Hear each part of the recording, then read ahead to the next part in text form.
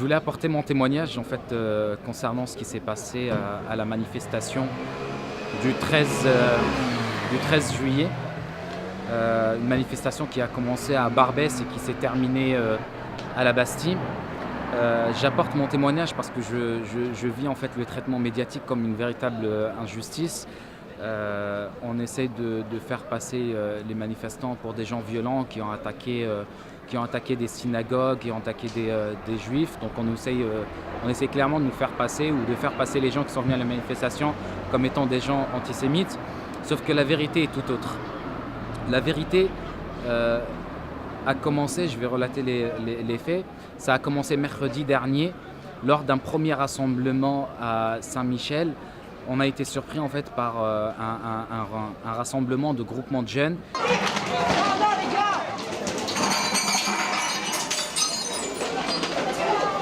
La FDJ, groupuscule terroriste, interdit aux États-Unis et en Israël et en France, vous les protégez. Il s'est avéré que c'était donc la Ligue de défense juive qui ont attaqué le rassemblement. Donc il y a eu une agression, il y a eu plusieurs personnes qui ont reçu des coups. Les CRS ou la gendarmerie mobile qui était présente a séparé par la suite, mais n'a aucunement essayé à aucun moment d'arrêter les agresseurs, d'arrêter les coupables. Ils ont tout simplement fait un cordon pour séparer les deux parties et ça s'est arrêté là. À partir de là, le lendemain, il y a eu un message de la part de la LDJ sur leur page Facebook officielle. Ils disaient comme quoi ils étaient venus, qu'ils ont bastonné, qu'ils avaient ce qu'ils avaient à faire et que désormais à chaque manifestation pro-palestinienne, ils viendraient en marge de la manifestation ou en fin de cortège pour, là je reprends leurs mots, pour raccompagner à leur façon les manifestants pro-palestiniens. Donc ils disaient clairement, c'était des menaces claires, ils disaient clairement qu'ils allaient venir agresser les pro-palestiniens en fin de cortège, en fin de manifestation. À partir de là, il restait quelques jours avant la grande manifestation de dimanche. Et là, tous les jours, il y a eu donc sur les réseaux sociaux, des messages, des tweets, des statuts sur Facebook, etc. où les membres de la LDJ ont multiplié les provocations, invitant les gens à venir les rejoindre. Donc en fait, ils ont lancé un grand appel entre eux pour venir se regrouper le jour de notre manifestation à 5 minutes à pied, mais vraiment à 5 minutes à pied de l'endroit où devait se terminer la manifestation, c'est ce ne dire la provocation que c'est, et qui cherchait vraiment l'altercation. Donc ils se sont donné comme point de rendez-vous la synagogue la plus proche de notre manifestation, du point de chute de notre manifestation. Et ils ont multiplié, tous les jours, ils ont multiplié les provocations, appelant les propalos à venir les rejoindre s'ils voulaient en découdre. On a essayé de contenir, donc on a essayé de gérer au mieux pour que toute la manifestation, tout le cortège se passe bien. Le problème est lorsqu'on est arrivé à Bastille, la rue de la Roquette où se trouvait la LDJ donnait directement sur la place de la Bastille. Mais à un moment donné, il y a un groupe qui est arrivé, qui a brandi un drapeau à l'angle de la rue de la Roquette et de la place de la Bastille. Ils ont brandi un drapeau israélien et très vite, au bout de quelques minutes, des projectiles ont commencé à être lancés, des bouteilles, des bâtons, des chaises qui commençaient à envoler en direction des manifestants.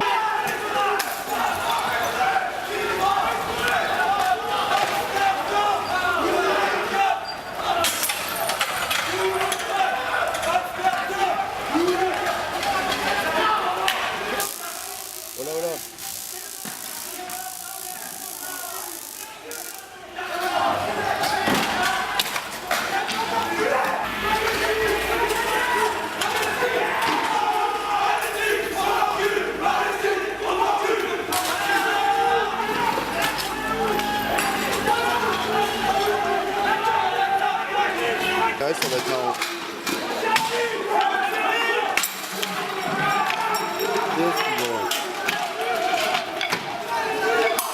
C'est tellement Molotov là.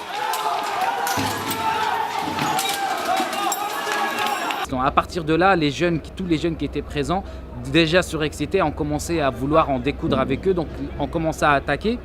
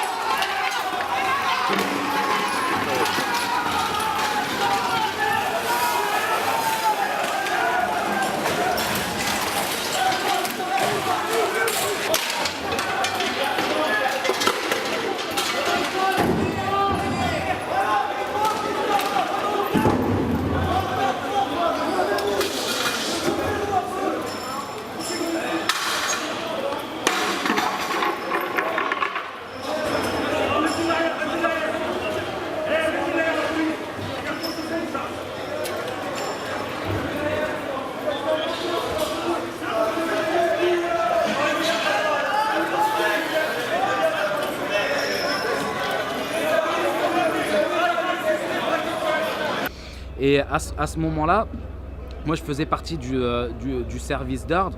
On a appris que de l'autre côté, donc dans la rue de la Roquette, il y avait déjà des personnes qui étaient dans cette rue, des pro-palestiniens, des familles, des pères de famille, des mères de famille, des enfants, qui rentraient chez eux. Pourquoi ? Parce que la station de métro Bastille était fermée.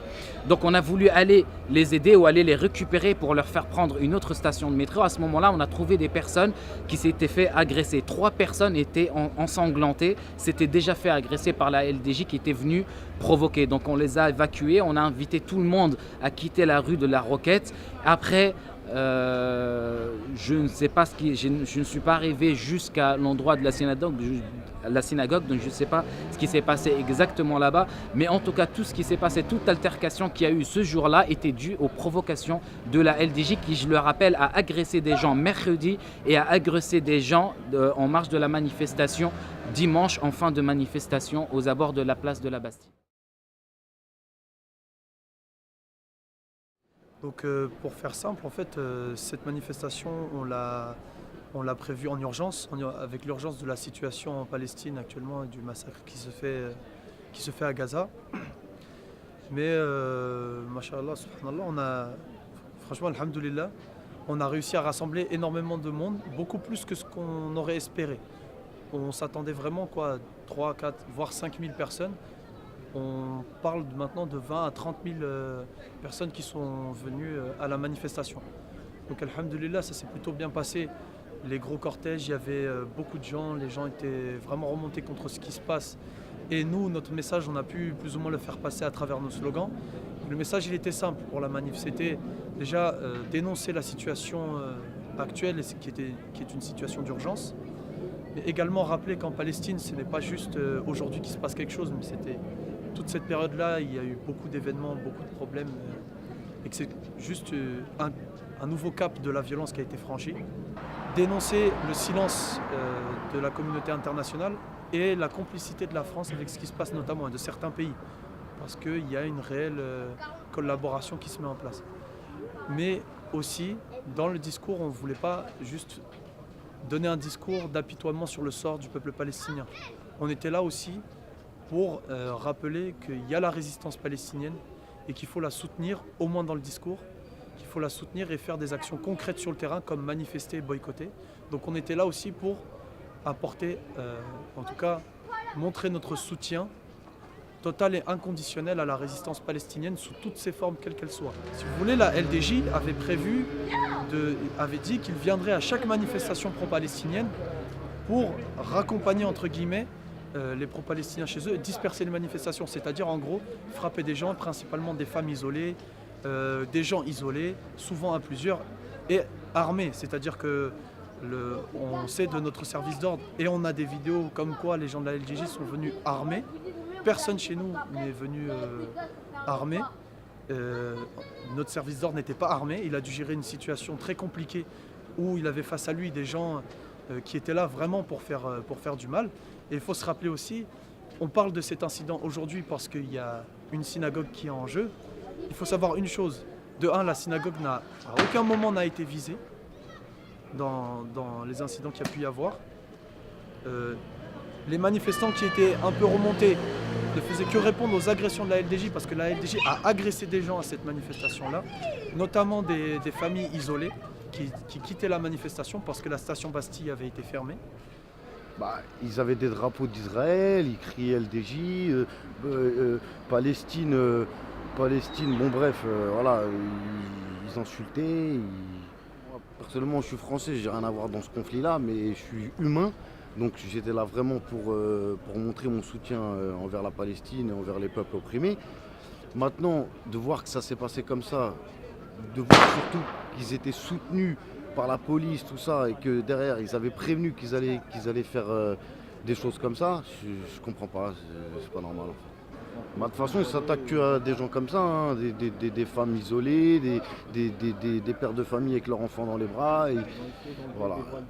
Ils déchiraient les voiles des femmes. C'est incroyable. On se serait cru à la télé, dans des mauvais films. On a vraiment pas compris, quoi.